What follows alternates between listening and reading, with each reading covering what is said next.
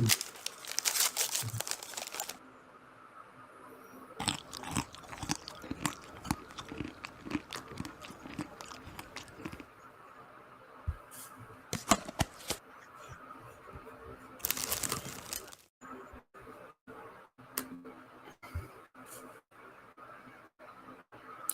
hello, and welcome again to another Lakers Fast Break podcast. What's up, Blue? Let's go indeed, man.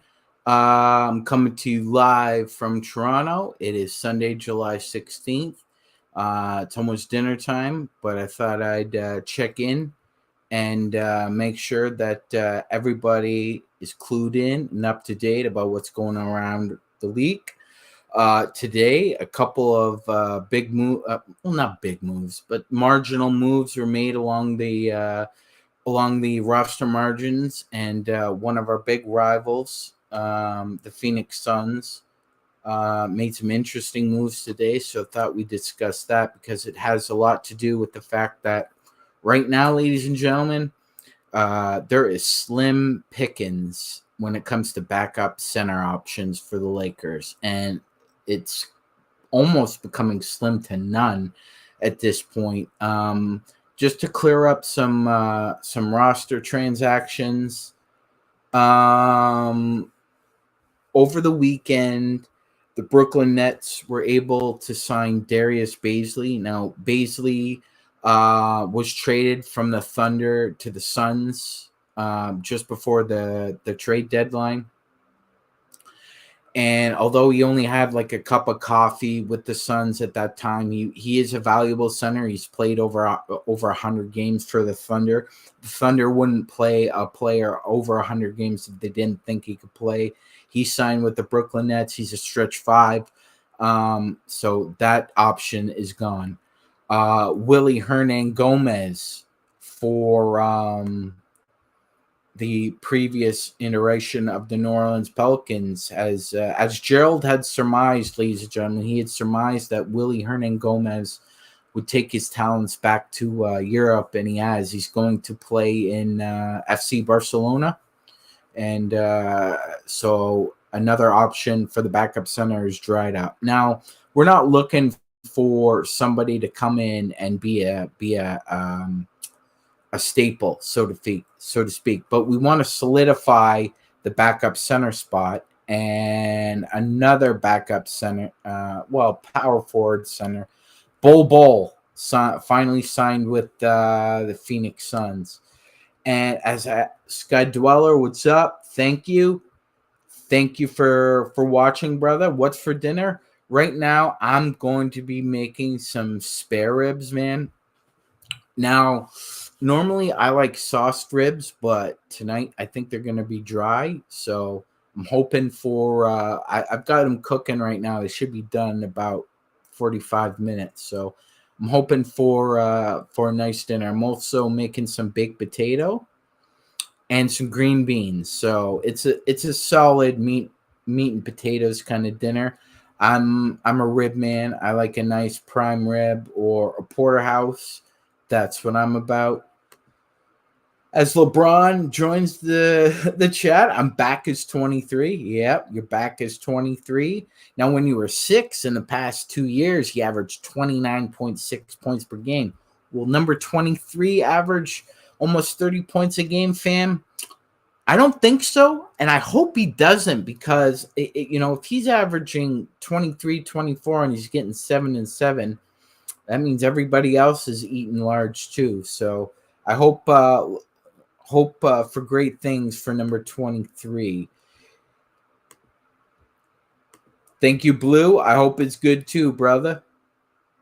So yeah, getting back into what's going down. So the Phoenix Suns also made a little bit of a trade. They traded their backup point guard campaign to the San Antonio Spurs for a second-round pick.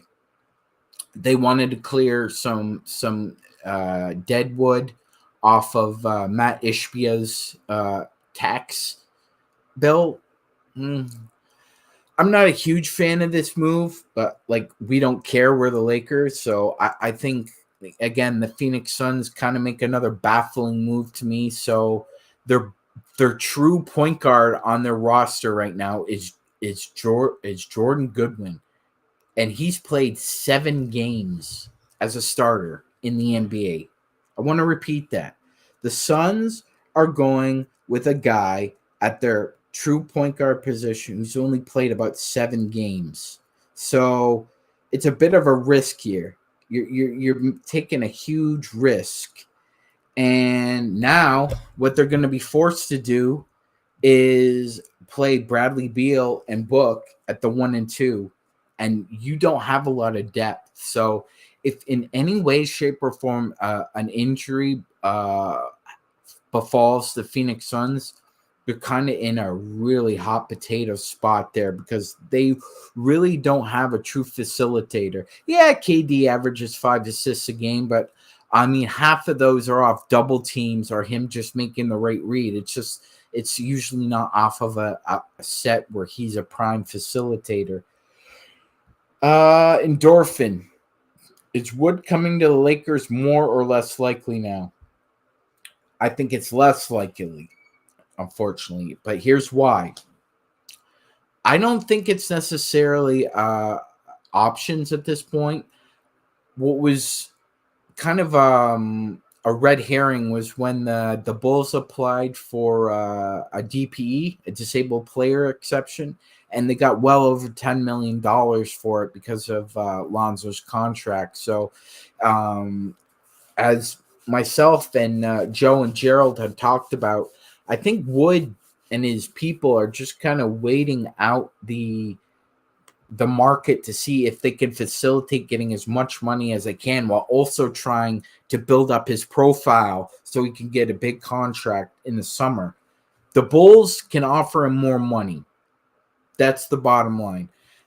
The Spurs have ran out of money. They had enough money to absorb campaign into their space, so the Spurs cannot acquire somebody like that either. Really, the only teams left are the Heat, the Lakers, the Bulls, and there may be a surprise team with Christian Wood. But my gut is that he signs with one of those 3 teams. I think his best option, and I'm not saying this because I'm a Laker hoser, but his best option is signing with the Lakers and becoming their starting center. The vet min that he would make minus the DPE would be chump change in the summer when he signs for, this guy wants to cash in big one more time. So you can either go big now or go home. I think Wood is going to sign with either the Lakers or the Bulls. That's my gut. I think Deep Purple asks thoughts on Denver signing Jay Huff. Denver needs options. Like honestly, Deep, their moves this year revolved around trying to bring in cheap young players in the draft. That's why they were so busy and scurrying with a flurry of those draft trades. And they're trying to bring in cheap young bigs that they could try and develop and or bring in because they re-signed Reggie Jackson, who didn't really play well for them the second time around, and they also re-signed DeAndre Jordan just based off, it's business. You were on our team last year, so we're gonna reward you again. I don't like the moves Denver's made. And if you look at a lot of their boards, a lot of their fans don't like the moves they made. Yeah, honestly, Tears. Honestly, like this guy is such he must be just the biggest ass kisser when it comes to relationships with just head coaches and executives. Like it's got to be that because the talent just left his body completely in 2019, but he's been holding on ever since. Yeah, it's amazing, Blue? DeAndre Jordan was the first one of the trio to get the ring, not CP3 and not Blake, but him, DeAndre Jordan, the same DeAndre Jordan who had Mark Cuban driving around trying to find him in the middle of Fort Worth, Dallas, Texas. That was hilarious. Can you imagine Mark Cuban just driving around, cruising, trying to find DeAndre Jordan? That was one of the funniest stories I've ever heard about free agency in the NBA. Great conversation, guys. And like I said, now the Suns have a problem not with their depth. It's actually they've been actually able to fill around those guys with good players. It just they don't have much depth. They only have enough depth to stay above water. If somebody gets hurt on that team, they're in a lot of trouble because they do not have a true playmaker on their squad. Like there are a couple of teams right now who don't have true point guards. Houston doesn't have a true point guard. The Raptors don't really have a true point guard. The Phoenix Suns now do not have a true point guard. It's really interesting. In this age of positional in basketball, sometimes teams either lean into this or happen to have it befall on them. I think that's going to come and bite them in the ass eventually, unless they actually try and fix that. But for now, they're looking like they're in not bad shape, and that you know what that makes it more imperative, I think, for Rob Pelinka, and I think it's behooving him to secure that backup center position sooner rather than later. So we can't offer Christian Wood any more than the vet min. That's all we can offer him. So it's out there. If he's not, if he's waiting on it, you know what? It might bother some people, but Rob might just bite the bullet and just have Bismack Biyombo as the backup center. Biyombo is not a terrible option either. True shot blocker, provides energy. You know what? He's just not the same rebounder he was in Toronto or Charlotte. Just doesn't. Some of the athleticism has just waned, and tears of joy. Stanley Johnson, Wendy, and Gabriel out there. I think those are some options too, but I would only think that you'd bring on one of them just if there was an injury in training camp or during the exhibition. Yeah, absolutely devotion. JaVale is cooked, and just think about the money the Dallas Mavericks have wasted on bigs, right? They've wasted money on JaVale McGee. They've wasted money on Rashawn Holmes. They brought back Dwight Powell, and then they draft a center. You have 3 centers on your roster already. You go ahead and draft a center again. Like, there's a reason Luka's going to eventually ask to be traded. That's one of the reasons. Is that they can't. Some people just, for whatever reasons, I never understand how these organizations who basically fall ass backwards into a talent that can transformationally change your franchise, and they still self-sabotage themselves. It's unreal. It's unreal. Some of these teams and some of these organizations, and they laugh at us because they think we're stupid. Well, you think we're stupid? You're dumber than we are. Then, if that's the case, because why do you people just keep getting recycled? Because you're dumber than the person that replaced you eventually. It's, at least in the NBA, this is one of the leagues and organizations where you don't fail and go up. It's recycled, but you don't actually fail and go up. And I want to bring something up again that's very interesting about the Phoenix Suns.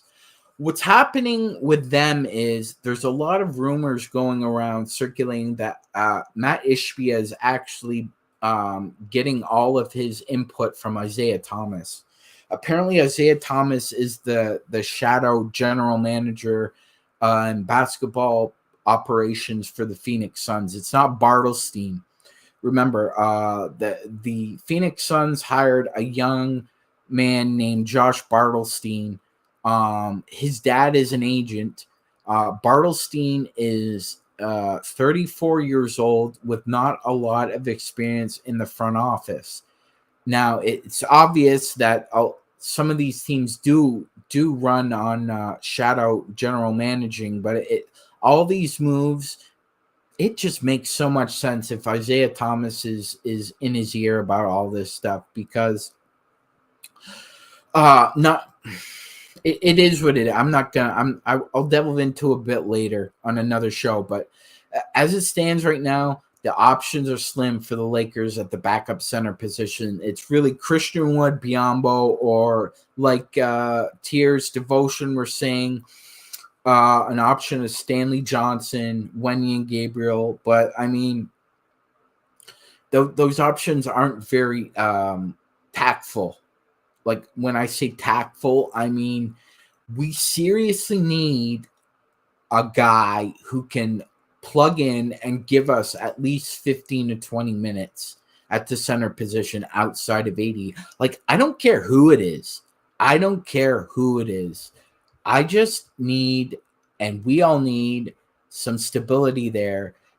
And I don't care if three or four guys have to do it, but AD needs serious rest in the regular season, and the less minutes he's forced to play at the center position, it's better for us in the long term. So that's why I think Rob needs to solve this one way or the other, at least before August. Before we head into training camp, you should know who your backup center is. Like, and right now, I don't want it to be Jackson Hayes. I like Jackson's potential. I liked a lot of what he did in New Orleans, but I don't think he's ready to play like 25, 30 minutes as a backup center. Through the Wire says, I think Memphis will be a legit threat next year. I agree. If I had to slot the top four teams right now in the West through, it would be an iteration of the Lakers, Denver, Phoenix, and Memphis. I think those are your top four seeds. Yeah, deep. I don't want a backup center. I want a starting center and AD to play for. Yeah. I mean, in a perfect world, that would be ideal. I mean, we're kind of working within the constraints of what we have to offer, our roster spots, and what's a need in general. It's tough, right? It's not. There's no cookbook for building a championship team. Yeah, there are blueprints and there are models you can follow, but every season is different, every GM is different, and everybody has different challenges. So it's do I think Golden State is a true threat? I do not, Deep. I do not. I think Chris Paul was a safety valve for the Warriors to try and rest Steph and try and play Chris as much as they can as a backup point guard. I think Golden State has the exact same problem. I think Golden State has the exact same problem they're going to have this year that they had last year. They're too small. They went too small. I don't think they had anything in free agency or the draft that'll help. I mean, TJD has a lot of potential. Saric is going to fill the void, but they already have JaMychal Green. So I just didn't see them getting better. I think they may be a regular season threat. Could possibly be that, but I don't think they're a legit playoff threat unless they address their height issues. Heavy Duty, what's all this nonsense about trading Vando? It's been on Twitter. Yeah, you know what, my friend? I'd ignore that. I'd ignore that crap personally. Why would you trade Vando? He's 6'9", got length like a pterodactyl. Did a great job shadowing Ja Morant and Steph Curry when the lights were the brightest. Yeah, struggled a little bit with his shot and lack of offensive repertoire. But the dude has skills as a facilitator. I would love to see the Lakers and Darvin Ham explore more of that.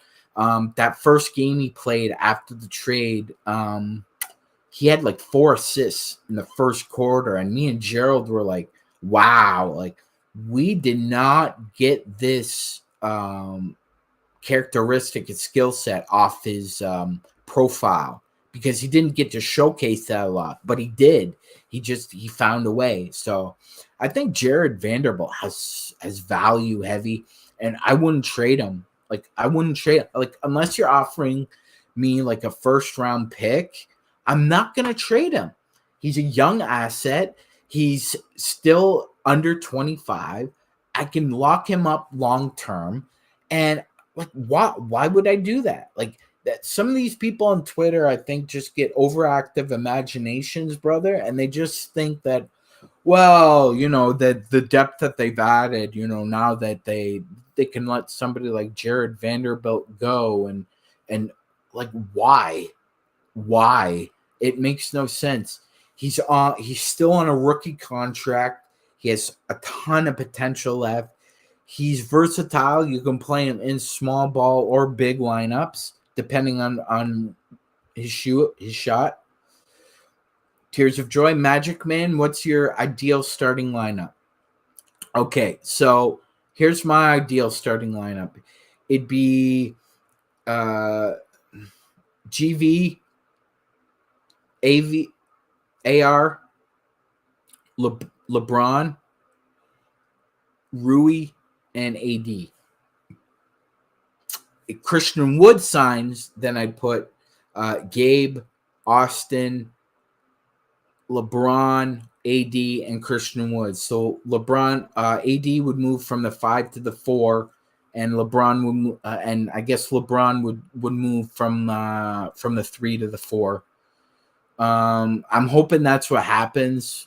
I'd rather see Gabe Vincent start, but my hunch is I think Darvin Ham may just go back to the well and try and bleed out what he can with D'Lo and Austin starting. I just think Gabe is a better, more complementary guard to what Austin does as opposed to what D'Lo does. Like I see Gabe vibing more with Austin than D'Lo. That's my hunch. I could see D'Lo and Max Christie coming off the bench and being a very potent 1-2. I think they could be a very, very nice 1-2 punch off the bench, especially as combo guards, especially since that Max has been showing that he can be an on-ball guard and facilitate. So again, that is something I think the Lakers wanted to see out of Christie because you've got D'Lo, you've got Austin Reeves, you've got Gabe Vincent, you've got shooters. So can Christie learn to play on the ball and facilitate rather than just stand around? I think that's an important skill he's had to develop, and I think Christie would blend more better with D'Lo. And I think Gabe and Austin should be your starters. Yeah, you know what, Heavy? Gerald's going to be all right. Like, he's getting some work done at the house, but they have to work like late at night because Gerald's like I saw the temperature the other day. It was like 48 degrees, which like I would melt. Seriously. I hope everybody is doing well. Like we've got heat waves all over the place. All the way from it looks like New York to Dallas to the greater Los Angeles area, and so I hope everybody's hydrated, man. Like we are morbidly underhydrated as a society. That's my feeling. So everybody drink up. Devotion, MagicMan, where's Joe at? Another party? No, I don't think so. Joe, for the next, I think, couple weeks, guys, Joe will be in and out on the weekends. He's got some commitments for some traveling that he's had to make. I think he's going to a wedding in the Michigan area. I think it's next week, if I'm not mistaken. And he's also got some business down in San Francisco, so I think he's going to be out there. But you'll get me, you'll get Gerald. Hopefully, we'll have more of the Lakerholics.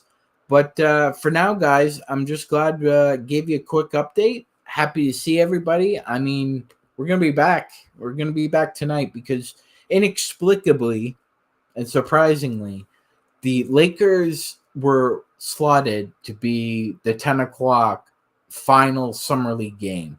Shocking. So you have the semifinals this afternoon, which obviously nobody watched. So what do you got to do to make sure you finally get that last hammer with the ad revenue? Put the Lakers on. Put the Lakers on at 10 on a Sunday when the game doesn't matter. What? They schedule it. We got to be here. Hey, Blue. I appreciate you, man. Look, guys, when I had to say my goodbye, I didn't really want to. It was hard, but I am here to stay. And I can't tell you how humbled I was by the love and support that I got from all of you. It is so appreciated, man. And women out there, that you guys tune in to see us. It is truly, truly humbling. I appreciate all of you, and that's why we try and bring the best. Yep, Gerald's right there. We got our playback TV tonight at 7 p.m. And guys, I know if you're subscribed to our YouTube channel, and please hit the like and subscribe button. If you're subscribed to our YouTube channel, if you can, please, once in a blue moon, head over to Playback TV and give us about a 5-10 minute watch. I know everybody kind of has their own routine and regimen when it comes to watching the games, but Playback has become like a really cool place for us to kind of chop it up during the game. And I really am just truly, truly blessed that somehow, some way, Gerald said, "Here, Sean, here are the keys to Lakers fast break. Just don't scratch it." Haven't scratched it, guys. Haven't scratched it. I remember when this channel had 99 subscribers, and now we're well over 900. And it's because of you guys. Our content is important. We want to be able to bring you as fresh as possible, but it's you guys who continue to support us, tune in, and continue to support us. So I can't thank you guys enough. I know on behalf of Gerald and Joe, they're appreciative too. When Joe was feeling a little bit heat a couple weeks ago, the channel rallied around him, and he's very, very, very gracious and humbled by it as well. So we just want to thank you guys. Got a little bit of a snack in today. Gerald, stop hiding. Devotion is right. Stop hiding. Kern, thank you very much. I haven't seen you on the channel yet, but welcome. Thank you very much. And guys, so I'm going to head out for now, but final thoughts, slim pickings at that backup center position. I hope Rob makes a move before August so we can solidify a final roster before training camp comes. But it's slim to none. Bol's off the board. Darius Baisley's off the board. Willie Hernan-Gomez left the NBA for Europe. So the Lakers have Bismack Biyombo, Christian Wood, or a mystery meet. That's it. I'm not sure what's going to happen, but Rob has had a great offseason. I trust him. I trust the scouts. And we'll see you tonight, guys. See you later.